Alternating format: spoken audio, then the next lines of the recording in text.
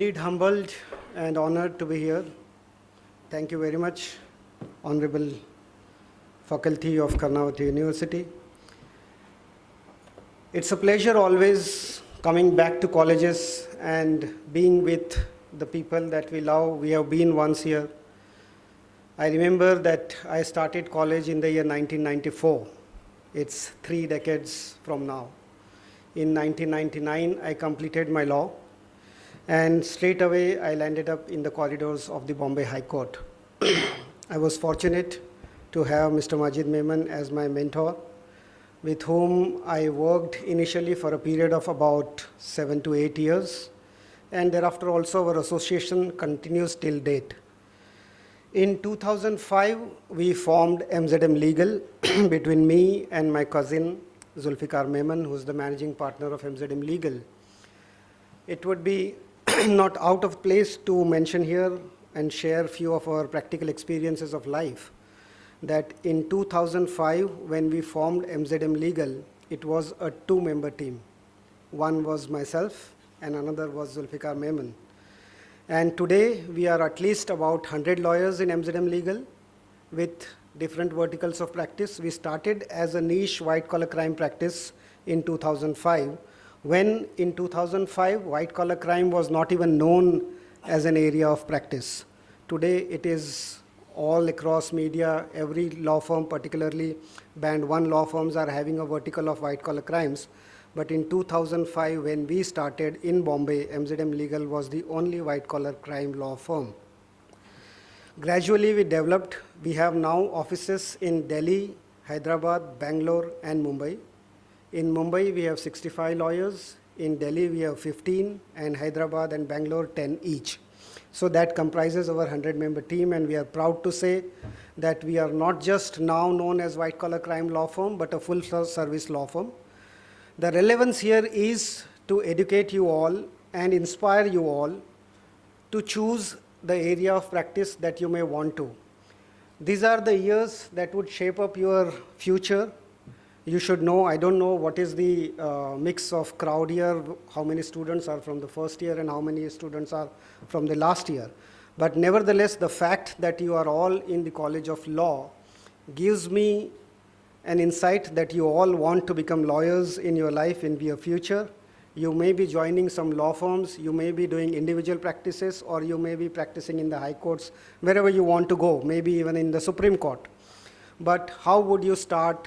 What is it that the first step that you should take towards your practice? How is the practice area that you want to choose?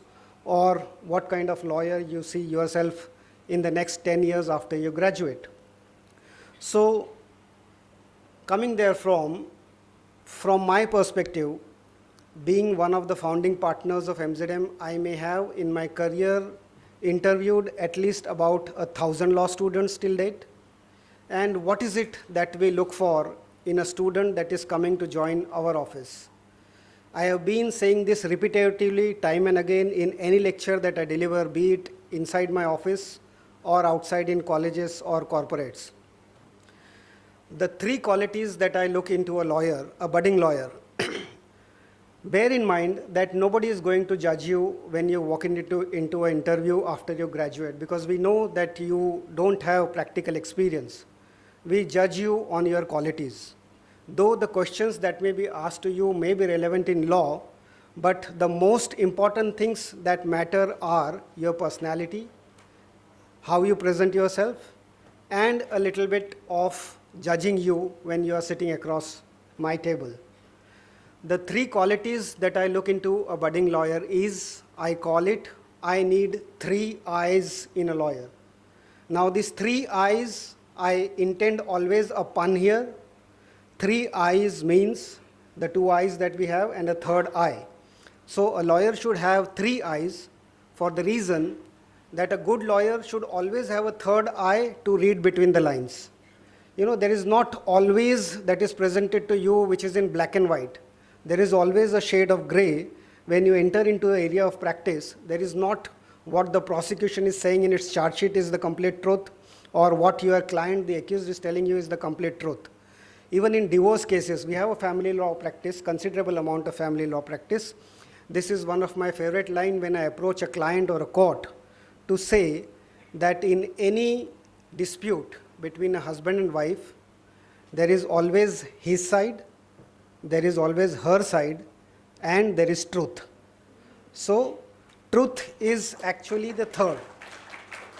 So, you should never believe his side or her side.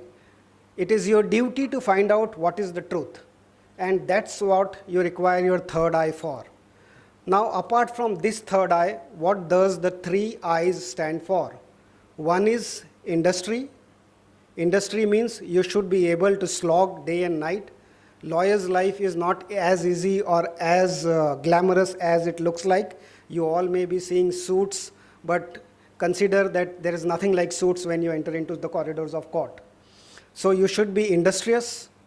Second, intelligence. Of course, every lawyer has to be intelligent. It goes with the third eye that you should read between the lines, plus you should be intelligent enough. And the third is integrity. Now, the third is the most important that I look in my candidates, integrity. Because, lawyers are such kind of people. Of course, we carry a lot of baggage, a lot of bad will than goodwill, that lawyers can be, won over, they make falsity as truth, or they present something. They are not honest people. But integrity is what matters. We have been giving examples to our students who are coming into our office, that once we have accepted a brief of a client, be it for rupees 10,000 or be it for rupees 10 lakh, you are now sold to your client. You have to have 100% integrity towards your brief, towards your client, in the amount of hard work that you're going to put into the brief, and also that at no cost you will be compromised by either the other side or prosecution or police or pressure. There are times we face political pressure. There are times we face police pressure. There are times that opponents are quite heavyweights in society. They try to approach us. But once I have taken a brief for even rupees 1, I am not for sale thereafter. So that integrity is unquestionable, uncompromised. That's what we look into all of you. So don't be a roadside lawyer, who's standing outside the court. Today he's with party A and tomorrow he will be with party B. It happens that even when we check conflicts, we have seen even people of good repute, senior counsels, who have represented our clients in the past, happen to forget and appear for the other side in the future.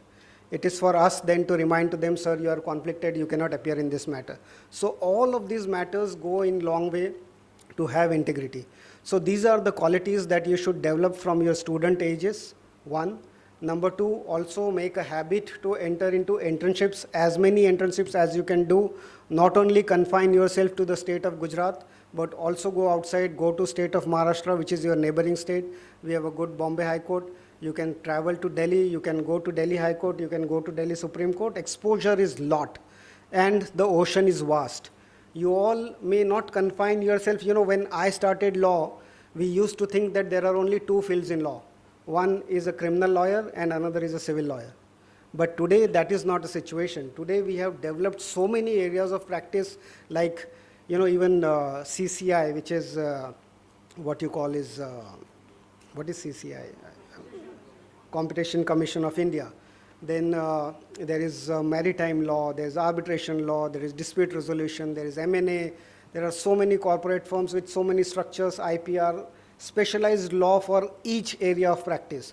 So there is no dearth of area of practice that you can choose. But today, as a student, you should learn all the subjects that come your way, take your internships experiences, get into the courts, and then decide what you want to be. You can't pre-decide at this stage as to what area of practice I want to enter into, be it civil or criminal or corporate, litigation, non-litigation, whatever it is. It depends on individual choice. I believe also we are quite conditioned. If we are second generation or third generation of lawyers, then we want to follow into the footsteps of our parents.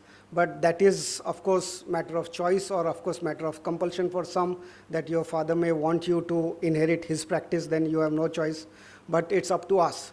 So as far as my practice goes, I was from childhood inclined towards criminal law, because I am a second generation lawyer.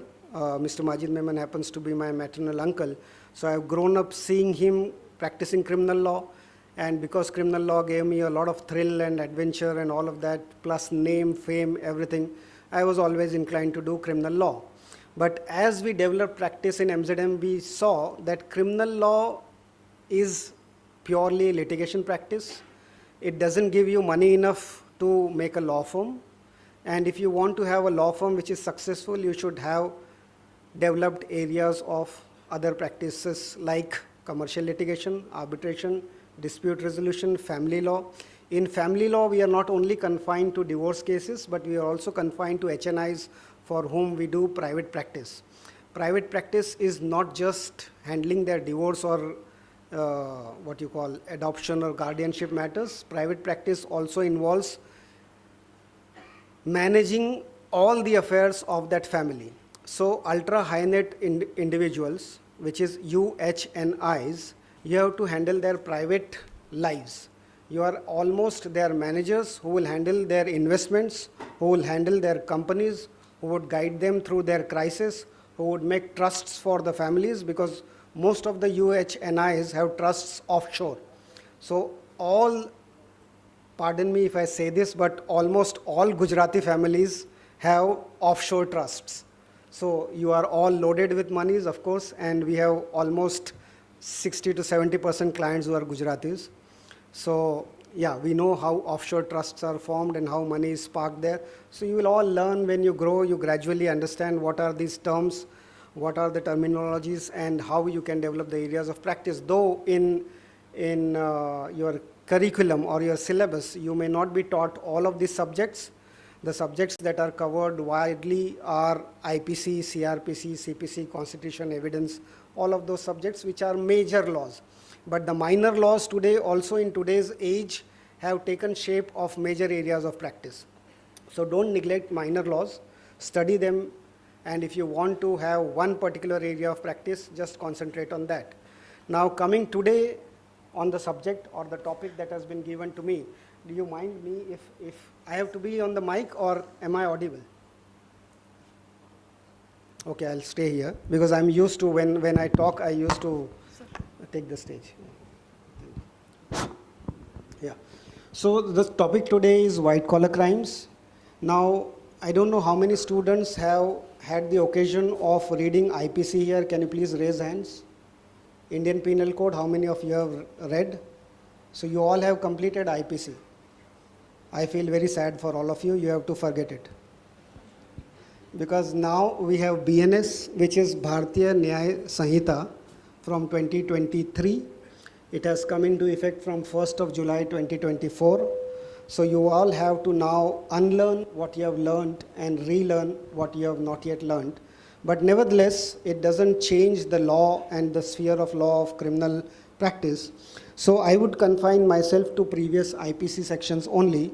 Now, how many of you have ever considered what is the concept of white collar crime? Can anybody, any student here tell me, according to rough idea, rough value, what is white collar crime? Can anybody define it for me?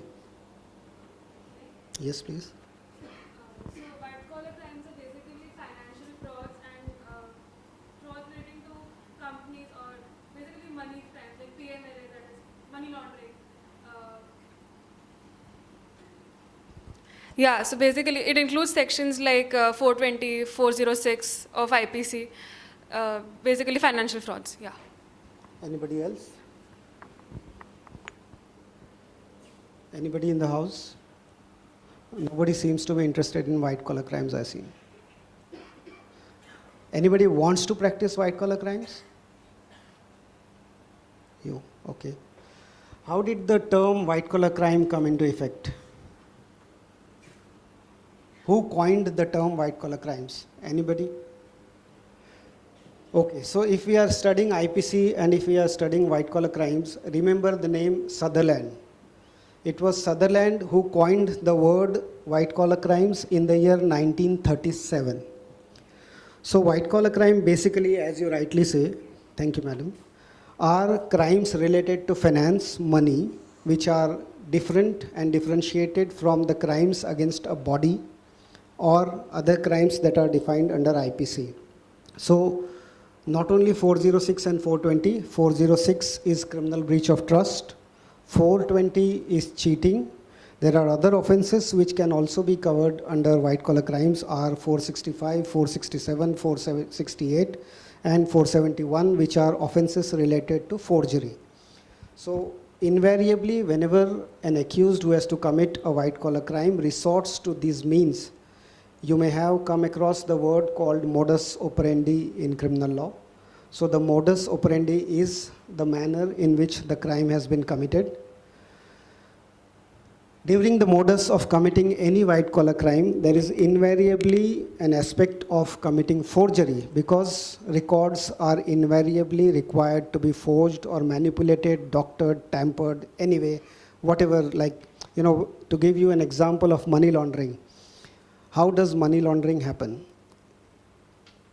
It is actually not a transaction, which is make-believe a transaction, where actually nothing changes except money transferring hands. So how do you resort to money laundering? You have to create fake invoices, you have to create fake bank accounts, you have to create fake transport or lorry receipts, you have to say that goods have been transported from one place to another. The consideration is against the transport of goods and contract, which nowhere happens. So it's all forgery. So coupled with 406, 407, it is also 465 to 471, which are offenses of forgery, forgery for the purposes of cheating, forgery involving valuable security, and so far and so on. Now, the basic difference of white collar crime with other crimes is we all are going to be lawyers. We all are going to wear white shirts. If we are wearing white shirts and we have white collars, any crime that we commit would be a white collar crime.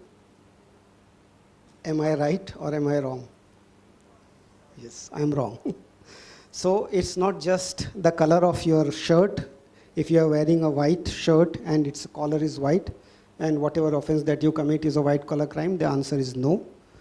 White collar crime, though it is defined that it is a crime that is committed by people of white collar jobs or occupation, and during the course of their jobs or occupation, they happen to commit these crimes.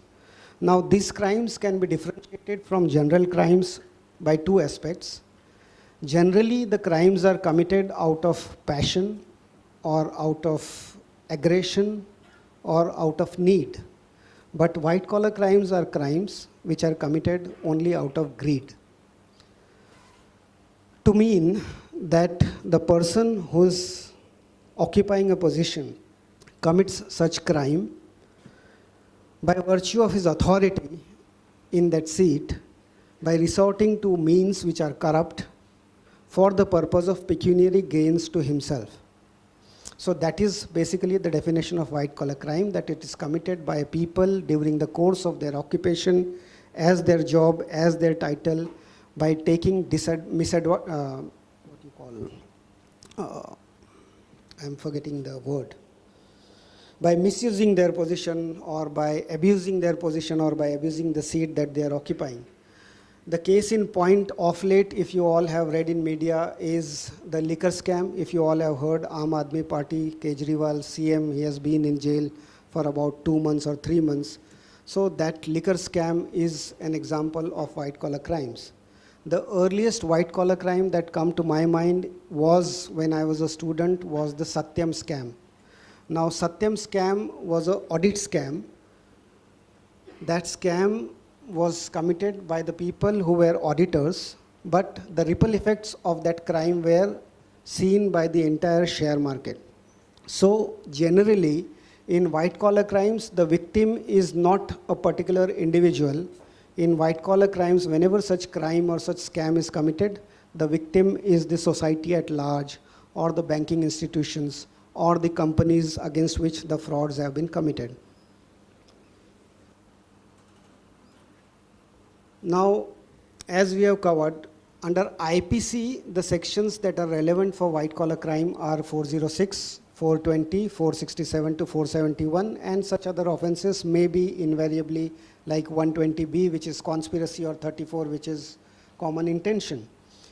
Barring that, are you aware of any other laws which can define or are covered under white-collar crimes? Where's that student? She has gone. She has referred to one of the act, but I don't know whether it is part of your curriculum or not.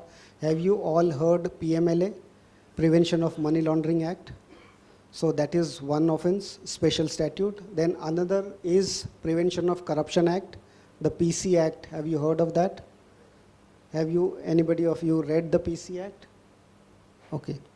So PC Act, PMLA Act, of course SEBI is also one of the act. Of course cybercrime can also to some extent be used or applied in the offenses which are concerning or governing white-collar crimes, to mean that if the offenders had resorted to use say internet or computers to commit that crime, the crime involves data theft or the crime involves transferring of money, hacking, phishing, such kind of crimes are also white-collar crimes. So all of these special statutes are also to be borne in mind, that you have to read along with IPC. It's not just section 406 or 420, you have to be well versed with the PC Act, the PMLA Act, the FEMA, and such other acts. Now, next is who all can investigate a white-collar crime? According to you, can anybody tell me what are the investigating agencies generally that investigate white-collar crimes? Anybody here? ED. Somebody is saying ED, right? What is ED? Enforcement Directorate. Okay. And CBI. Okay. So it's not just CBI or ED which can investigate white-collar crimes. White-collar crimes can also be investigated by the police of local jurisdiction, because if the offense purely fall under the ambit of 406 or 420, we have specialized agencies like the crime branch in Mumbai or the economic offences wing in Mumbai.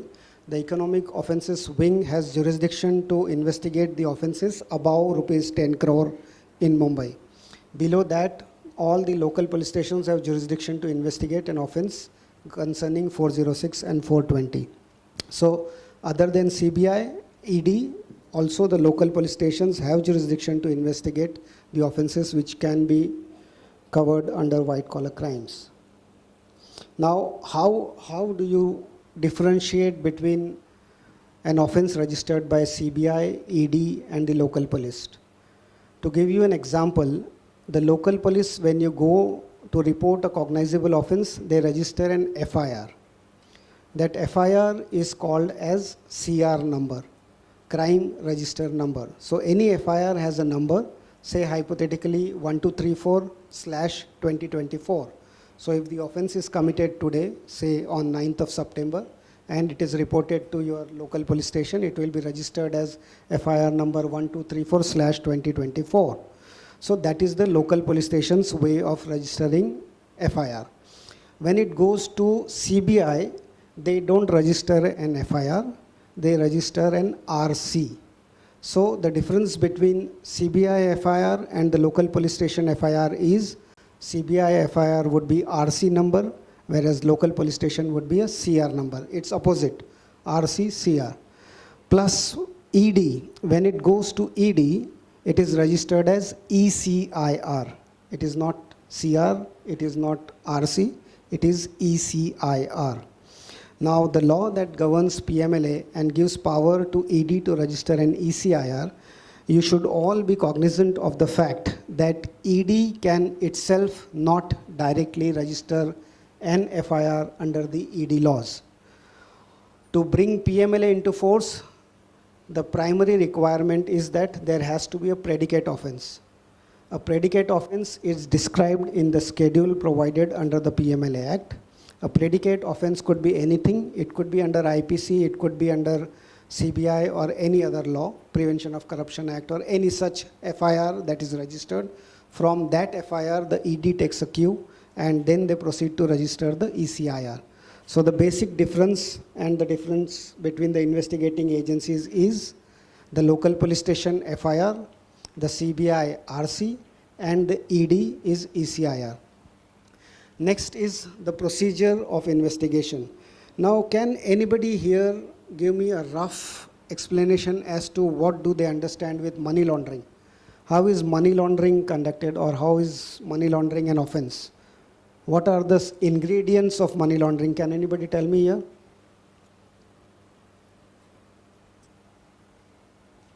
Nobody. So PMLA, of course, you all have to study very hard. Principally, money laundering is what it sounds. Money is laundered from one place to another. It's no rocket science. As you all know, you might have been taught in the first year of law that law is common sense, right? So money laundering is laundering of money from one place to another, but how is it done and how is it an offense? Now, there are three aspects of money laundering. To give you an example, say, you are all Gujarati. Say there is one Mr. Joe, and Mr. Joe is a principal of college. During the daytime, he conducts lectures in college, and during the night, he also resorts to peddling of drugs. So he supplies drugs to his students, collects money in cash, and then what does he do with that money? Now that money is proceeds of crime as per PMLA, as per ED. Proceeds of crime is a must for any PMLA offense to be registered. Now what happens in money laundering is that Mr. Joe, who is principal during the day and a drug peddler during the night, he deposits that cash amount in banks in India, in several banks in India. Then he transfers those cash amounts to offshore companies, which are shell companies. Offshore companies means companies abroad, companies that are created, say, in British Virgin Islands or Dubai or wherever those are safe havens. So they create shell companies. He transfers the money from his Indian bank accounts to his own shell companies abroad. Thereafter, those shell companies then invest back into the companies in India by route of FDI. So foreign direct investment is a legal course. So the money which was proceed of crime, the money which was drug money, was first integrated. So the first portion of money laundering is integration. The money is integrated into the system. Then it is layered. So layering is the second aspect of money laundering. How is it layered? It is sent offshore to shell companies. And then it is brought back into the system as white money. It is no longer a proceed of crime. So that is what the offense of money laundering principally is, for your understanding. Now, how does the ED investigate these money laundering offenses? So first, there has to be a predicate offense. Predicate offense could be under IPC, could be under the specialized legislation, say Prevention of Corruption Act, or could be under any other act. After the predicate offense is registered, the ED registers ECIR, and then the ED proceedings begin.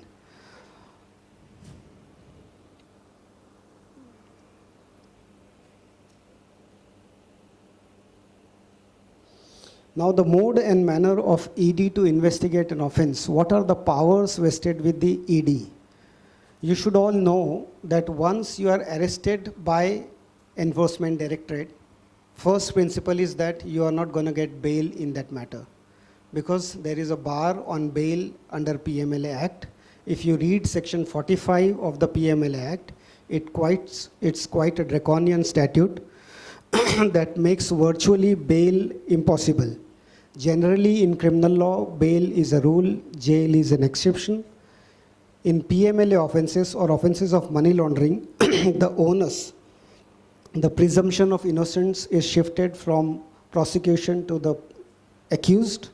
The accused has to prove, the onus is shifted at the stage of bail for the accused to prove to the court that in all likelihood he is not going to be convicted for the offense, and hence bail should be granted. So virtually at any stage before any given forum, be it the trial court, high court or the Supreme Court, it is impossible for an accused to convince a court that he is not going to be convicted for the offense. As such, bail under PMLA Act is virtually an impossible situation, barring the fact that by virtue of passage of time, people who are now getting bails by the Supreme Court are those people who have virtually undergone half of the imprisonment that they are likely to be convicted with. So the offenses are punishable up to 7 years. Those people who are getting bail are those who have been in jail for more than 3.5 years. So no judgment of PMLA that I have read has dealt with the merits of the matter. They have all dealt with the period undergone by the convict or the political considerations of the people who have been involved in the scam. Of late, if you have read Arvind Kejriwal's judgment in the liquor scam, you will see that the Supreme Court has to some extent gone into the merits of the matter, because to give you from an example, because we are a part of that proceeding, we are handling Mr. Kejriwal's matter in Delhi. So the Supreme Court has ruled as to how the Honorable Chief Minister was implicated in the matter by virtue of the fact that his implication was relying mainly on the evidence of an approver. So the approver in that case has given 5 different statements. In his first, second, third, and fourth statement, there is no mention of Mr. Kejriwal. The mention comes only in the 5th statement, and that approver has been let go on by the ED by not prosecuting him. So that was the fact that weighed in the minds of the Honorable Supreme Court that granted him bail. But barring such cases, there are very few under PMLA that the courts would go into the merits of the matter, because at a pre-trial stage, it is very difficult to judge whether there will be a conviction or an acquittal. So mostly in PMLA cases, you get bail only when you have undergone half of your imprisonment. The other crimes that we refer to as white-collar crimes are offenses under the Prevention of Corruption Act. Now, if you may have had occasion to read through the PC Act under the Criminal Minor Acts. So minor acts do cover PC Act. PC Act is about public servants, an offense committed by public servant during the course of his duty, where he receives an amount of bribe to do a favor which he is otherwise not required to do, is an act of corruption, an act of bribe, for which when the public servant is arrested, the CBI or the ACB is the Anti-Corruption Bureau, the CBI is CBI, they register RC or FIR and prosecute the public servant. Now, invariably, how is the public servant involved in this offense? He or she, of course there are even ladies involved here, so he or she does a favor to a person who otherwise was not deserving of such favor by, say, according a license. So if the public servant is granting a license to an undeserving person for doing an act, and that act of granting a license thereafter results into some calamity. Say a license was granted to run a company. That company was a chemical industry, and say after 10 or 15 days of its inauguration, there was a blast in that chemical factory, resulting into deaths of, say, 10 to 15 people working there. Now, who is to be blamed? It's not just the manufacturer, but the person who has even accorded sanction or license to such companies. All of those public servants can be prosecuted. To give you another example, we have been representing Mr. Nirav Modi in his extradition for last about 7 years. In Nirav Modi's case, if you see, he himself is in London facing extradition, but the other people who are being prosecuted in that offense are the directors of his company, coupled with the officers of the Punjab National Bank. Now, how does this offense come into force? So the bank officials are involved in granting sanctions of loans which are not satisfied with any documents, not supported with any documents. There is money laundering involved because there is layering of money, there is evergreening of loan. Now, what are these terms? You may, as students, have never heard of evergreening of loan. Has anybody of you heard evergreening of loan? You will not. Unless you are in 10 years of practice, you will not hear all these terminologies. So evergreening of loan is that you are first granted sanction of say 100 crore rupees by the bank. You take that money and then you use up that money. You don't use it for the purpose that it was granted you. Then you go to another bank. From that bank, you take a loan of 200 crore rupees, showing that Punjab National Bank has given me 100 crore rupees loan, which I have used for my factory purposes. I take 200 crore loan from another bank. I give 100 crore back to Punjab National Bank. I use up another 100 crore from that bank. So I have made benefit of 200 crores. I have paid back 100 crores to Punjab National Bank. Then I go to a third bank and I take a loan of 400 crore rupees from that bank. I again pocket 200 crores into my pocket. I pay 200 crore back to the bank too, and so on and so forth. Now to do all of this layering, what I do is I only create invoices of showing business that I am dealing or trading into diamonds. Those diamonds are brought into India from say Kenya. Those diamonds are polished in Australia. Those diamonds are made necklaces in Singapore. Then they are brought back into India and I'm selling it for a price. So that's how you show the transaction on paper. That's how you do layering of money. And that's how you keep your accounts evergreen. Evergreen is keeping the account alive, not defaulting in your loans, so that the company is not declared NPA. Now, NPA also is a term which I am sure nobody of you may be knowing. Is anybody here interested in corporate practice? Have you heard of NPA? Non-performing, yes. So, to save your company from being declared as an NPA, this evergreening process is adopted by these companies, be it Mr. Nirav Modi or be it Mr. Mehul Choksi or whoever you name, be it even Mr. Vijay Mallya, who is facing extradition in London. So one of our area of practice is extradition. I have been doing this practice from 1999 onwards.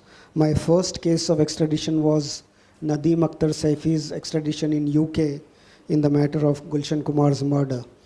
So going back to extradition days, what are the things that factor or weigh in the minds of the courts abroad? So merely these allegations of white-collar crime, layering of money, money laundering, that all factors do not weigh in the minds of the court abroad. It is only the quality of evidence that you collect during investigation, how you present it, and what is the purpose of prosecuting this person, and why is he not surrendering to the courts where he is required to surrender otherwise, are the factors that weigh in the minds, especially in the minds of courts that are governed through EU nations, if you call them European Union nations, where human rights are the foremost to consider. So the basic grounds that people take in extraditions are that I will not be prosecuted, but I will be persecuted. There is a political agenda for prosecuting me. If I go back to my country, I am not likely to get justice there. So these are the considerations that weigh in the minds of the court there. Of course, in Nirav Modi's case, one of the most agitated ground that we were taking all along was that there was no loan default ever until the FIR was registered. So why was there no loan default? As I said, there was always evergreening of the loan account. So these are the factors that govern white-collar crime practices. Give me a minute. As I said, there is a reverse onus under PMLA Act under Section 45 that you have to prove to the court who is hearing your bail application that you are not likely to be convicted in the offense. Only then are you entitled to bail. Plus, one of the onus or rigors of Section 45 is that the bail application is to be heard only after a notice is given to the public prosecutor, and the public prosecutor is heard in the matter. Without notice to the public prosecutor, it cannot be even heard.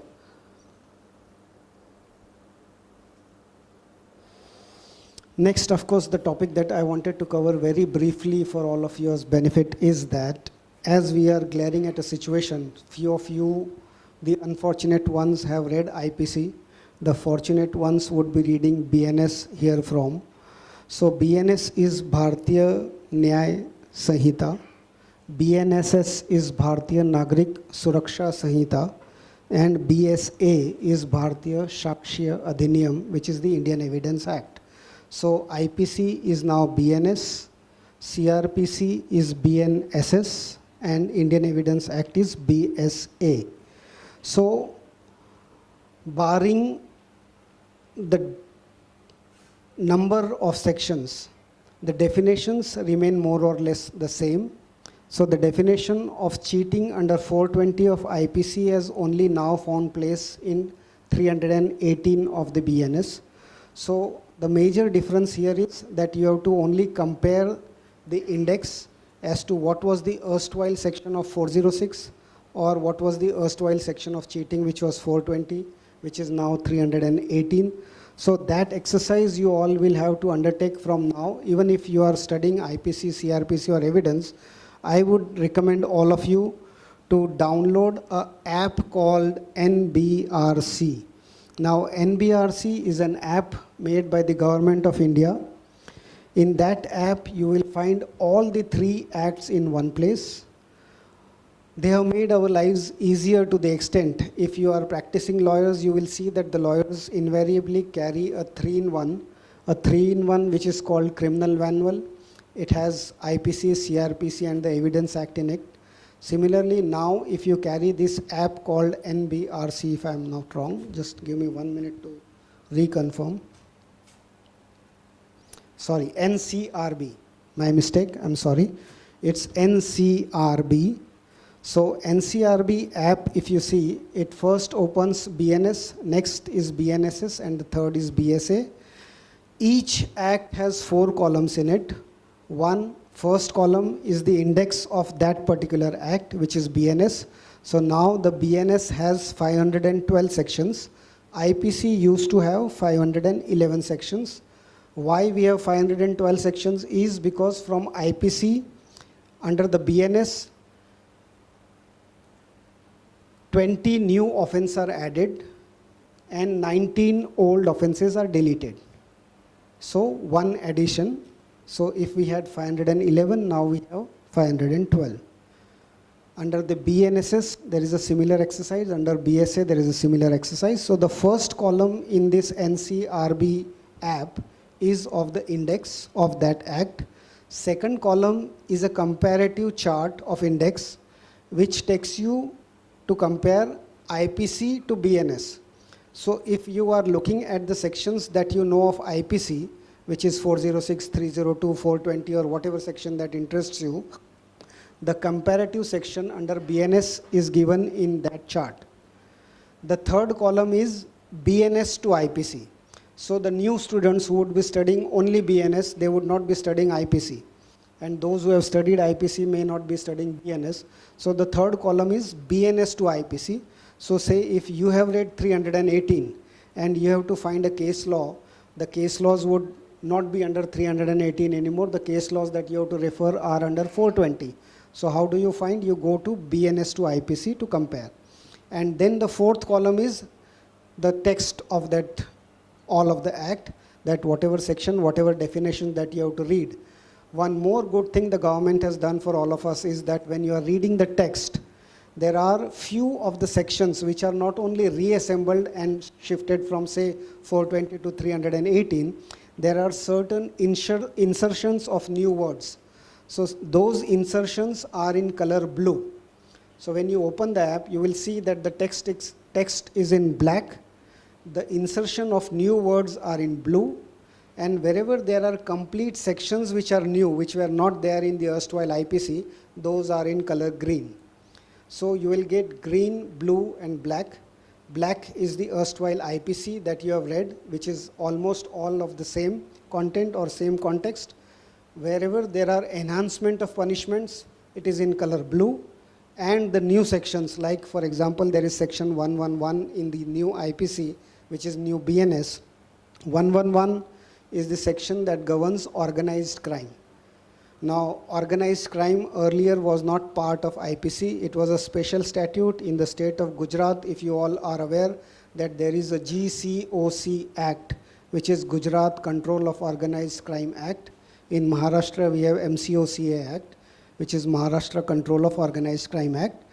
That defines organized crime syndicate, the financial offenses that they commit. So now, other than 406, 420, 465 to 471, the offense that majorly governs white-collar crime under BNS would be 111, because 111 majorly covers economic offenses. So if you read the definition of organized crime given under BNS, the offenses that are covered under 111 are all economic offenses, including criminal breach of trust, cheating, and so on and so forth. Now, for organized crime, what is the requirement to register and prosecute you for an offense under 111 of the new BNS Act is, the only requirement is that the accused should have been prosecuted for an offense in the preceding 10 years herefrom for more than one charge sheet. So if you are charge sheeted in one case from, say, the year 2014, because you are in 2024, so you can't go beyond 2014. If you are charge sheeted in the year 2012, you are out of the dragnet of 111. But if you are charge sheeted post 2014, and now in 2020-24, this is your second charge sheet, then you can be prosecuted for Section 111 as a member of organized crime syndicate, which makes it more stringent. Now, this stringency was required in law because for offenses governing 406, 420 were not deterrent enough. We are day in and day out looking at scams after scams. Every day, whenever you open the newspaper, there is a scam in front of you. So now, with more powers to the police under 111, I believe it could be controlled in some manner. So under 111, though it looks promising, it is also prone to abuse, because in India we know that the police is not as honest as it should be. I also use a phrase during my lectures for the offenses of bribery, is that in India we are living in such state that if you are caught taking a bribe, you can come out of one by offering one. So that's the state of affairs. We don't know how good or bad these laws would be. Only time will show, because now there are no judgments on 111. We will have to wait and watch. Now, apart from this change of IPC to BNS, there is also a change in the procedural parts or procedural aspects of CRPC. Those who are interested in criminal law would know that IPC is the statute that provides penalties or sentences for the offenses and the definitions of offenses. But the procedural part is governed under the CRPC, which is the Criminal Procedure Code. So now it will be governed under the BNSS, which is Bharatiya Nagarik Suraksha Sanhita 2023. The good part of BNSS is that the government wants to expedite the process of trials, because, of course, as we are known historically, that trials of the year 1980 or 1985 have not seen the day of the light in the trial courts if you go now. So the infamous Sunny Deol dialogue that everybody knows, Tariq pe Tariq, Tariq pe Tariq, now that would no more happen in the corridors of court, because adjournments are not required to be granted by the court unless they are on medical grounds. Second, the courts have been equipped with electronic materials, such as trials can be conducted by VC, so the witnesses are not required to travel from one place to another.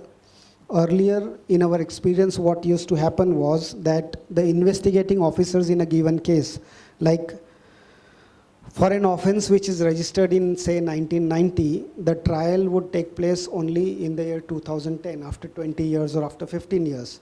During that passage of time, perhaps the investigating officer has retired, and it is very difficult for the prosecution then to find the investigation officer to come to the court and depose about the facts of the matter.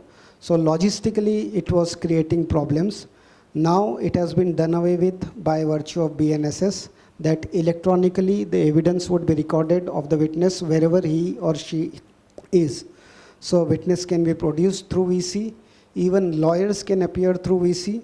So those excuses that my senior is not available, or my senior is traveling, or my senior is busy in another court, nothing would work now in view of BNSS, because everybody has to appear from wherever they are. You can just log in into the court, cross-examine the witness and move on. So it only expedites the process. More so under BNSS, the electronic evidence has been made admissible in law to the extent that even during investigation, electronic modes and means are meant to be used by the officers who are investigating the crime or the scene of the offense. The panchnamas are now required to be recorded on either a mobile or a video recording device, and it is to be produced in the court. So earlier in the Indian Evidence Act, there were only two ways of proving evidence. One was through primary evidence, one was through secondary evidence. Now primary evidence, as you all know, in terms of document, is the original document, and the secondary is the Xerox copy or a copy, carbon copy of that original, which is secondary evidence. There is a procedure prescribed under the Indian Evidence Act to prove secondary evidence, which is cumbersome. Also, the other aspect of the Indian Evidence Act was that whenever we used to rely on any electronic evidence thus far, we were required to issue a certificate under 65B of the Evidence Act. Only then the evidence was admitted in the courts of law. Now with BNSS and BSA, electronic evidence has been made admissible in courts of law, which will become primary evidence. So every email or every even WhatsApp message that you send to one another is now admissible in the courts of law. Even if you have sent an email to 1,000 people, and all those 1,000 people were to have a printout of that and produce in court, all those 1,000 copies will be primary evidence. It will not be secondary evidence. So that is admissible in law. That is a good part of it. The electronically recorded evidence by the officers is admissible in court. People can be examined through VCs. Now the certificate that was erstwhile under 65B of the Evidence Act, under the BSA, is under section 63. Section 63 of the BSA prescribes a format or a form in which you have to give that certificate. Earlier we used to only record that I, Parvez Memon, have removed the printout from my device, Apple MacBook, number so and so, from the printer, number so and so, and this is the 65B certificate. Now the certificate further adds, your IT department will have to come up with a hash value of the document that you are submitting. So that further portion has now been introduced under the BSA, so that there is no tampering or doctoring with the electronic material that is being produced in the court of law. So under 63, the certificate also contains the hash value of the document that you are producing in the court. The hash value is to be derived through three specific softwares that the government prescribed. One is MD5, another is SPA05, and another is SPA. So through these softwares, you can derive a hash value of a document that you have to submit in the courts of law for making it to be admissible. So these are the changes that have been brought into effect by BSA, BNSS, and BNS, which you all have to bear in mind, factor in mind. So those are only my inputs on white collar crimes. We will now open the house for questions. If anybody has questions, you can ask. Yes.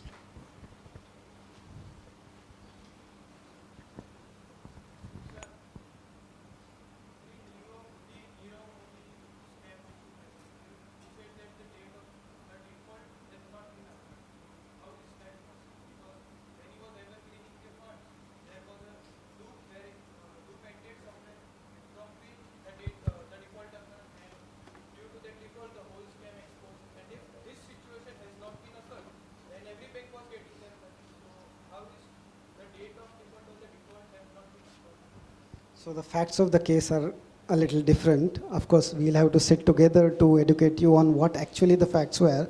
To give you in brief, there was no default until the CBI registered the FIR. So first, CBI registered FIR under the PC Act against the officers of the Punjab National Bank, saying that you are allowing the evergreening of the loan amounts. There is no default, admittedly, but it is your own money that you are giving from one bank, receiving it in another bank, it is coming back through routing, and that's how the evergreening. So the offense started with a loan of 700 rupees, which at the end went up to 7,000 crore rupees. So 700 crore went up to 7,000 crores by way of evergreening. Though there was no default, the CBI found that the officers were working in tandem in conspiracy with Nirav, therefore the offense was registered. As soon as the offense was registered, the next portion of evergreening was stopped. So when the next portion of evergreening was stopped, it is at that point of time that the loan default started. So the loan defaults were not prior to the registration of FIR, those were post-registration of FIR.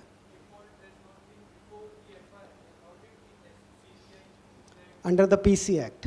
So every bank manager is a public servant. If the public servant is involved in corruption for grant or sanction of loan, which otherwise, say Mr. Modi did not deserve, that's how it was detected. There was a whistleblower complaint from the officers of Punjab National Bank. Those whistleblowers have exposed the managers that without documents, loans are being sanctioned. On that complaint, an offense under the PC Act was registered.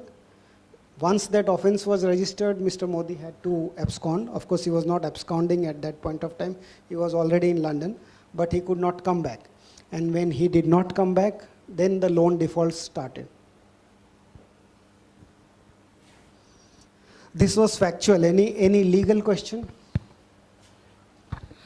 Good afternoon, sir. First of all, thank you so much for the insightful session. So, as someone who is currently reading PMLA Act, so I guess we were also discussing with our classmates and our faculty also. So, scheduled offences, as we had discussed before. So, there are various concerns in the PMLA Act itself. Like there are problems with the FR, like the ECIR report, like the data is not disclosed, and Section 45. So, one of the basic way that the PMLA Act was brought was to, reduce the drug trafficking proceeds. But now the scheduled offences, if we see, they have a lot of other offences as well, like under copyright, trademark, or even Environment Act. So what exactly is the rationale for including these acts? Like, because it actually kind of deviates from the main purpose of this act. So we are confused on that way. The purpose of the act, I may correct you. Of course, it's a good question and it's for the legislation to answer why these are being included in the scheduled offences. But the purpose of the act was not only to control drug money. The purpose of the act was to control money laundering. So money was being sent abroad.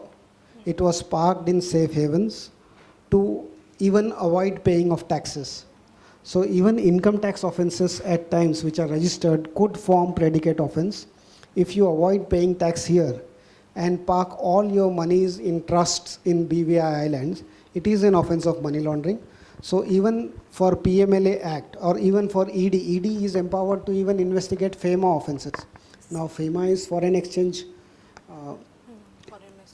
What is MA? What is FEMA? Foreign Exchange Management Act. Yeah. So under the FEMA Act, the ED can take cognizance of that offence. Under the PMLA, ED can take offence. Under also Fugitive Offenders Act, which is the fugitives like Nirav Modi who run away without being accountable to law, they can take cognizance of. So all those scheduled offences somewhere involve money which is illegitimately sent abroad to the disadvantage of the government of India, who is otherwise entitled to payment of taxes on those monies. So all those offences are brought into picture or cognizance is taken when invariably large sums of money in thousands and thousands of crores are transferred to safe havens or even to different companies, offshore companies. So to give you an example, like even for offences by a subsidiary company, say a company has a parent company in US and its subsidiary is in India, and monies are routed from the parent company to subsidiary, then subsidiary back to the another subsidiary and back to the parent company. So these kind of routings also happen. There is no crime in there. Nobody is involved, no wrong is caused, only money is being layered and resent back to the parent company is also an offense. So there is no such necessity that it has to be drug money or terror money. Any money which otherwise required to be paid taxes upon, if it is transferred without due process of law, then an offense of money laundering is registered. So causing loss to the exchequer is the primary concern of PMLA Act.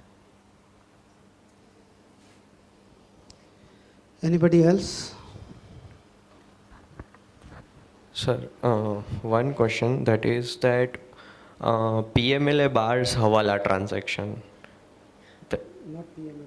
Hawala transaction is barred by law. Hawala transaction is barred by PMLA as well as FEMA, but Hawala operators are operating with a nomenclature enterprise, and that enterprise is registered under Companies Act 2013. So sir, what are your saying? Are they abettors to the white collar crime or any scam that has happened? So how do they get immunity from any cases? They are equally offenders. They are not just abettors. They facilitate these proceeds of crime. They indulge into that crime. They are part of the conspiracy. So they all share common intention. They all are part of conspiracy. They are all equally an accused as far as the person who is transferring money offshore, because they are taking a part of the proceeds of crime. So say if you were to transfer 1,000 crores to BVI, and if the Hawala operator is charging 100 crore out of that by transferring 900 crores offshore, he is making money out of proceeds of crime. So he is equally a part of it. So it's not aiding or abetting. They are consciously taking part in offense of money laundering, which is by virtue of Hawala transactions, and they are party to it. They know the consequences of their acts, but they are now immune to the system because they know that nothing goes wrong.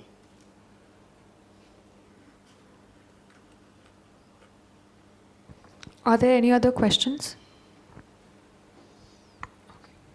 Okay, so with that we end the question and answer round. We're very thankful to you, sir, for being here and sharing your vast experience with us. Thank you everybody for your patience hearing. I don't know, like you have to further go for your lectures or this is the end of your day, but if this was a boring lecture, please pardon me.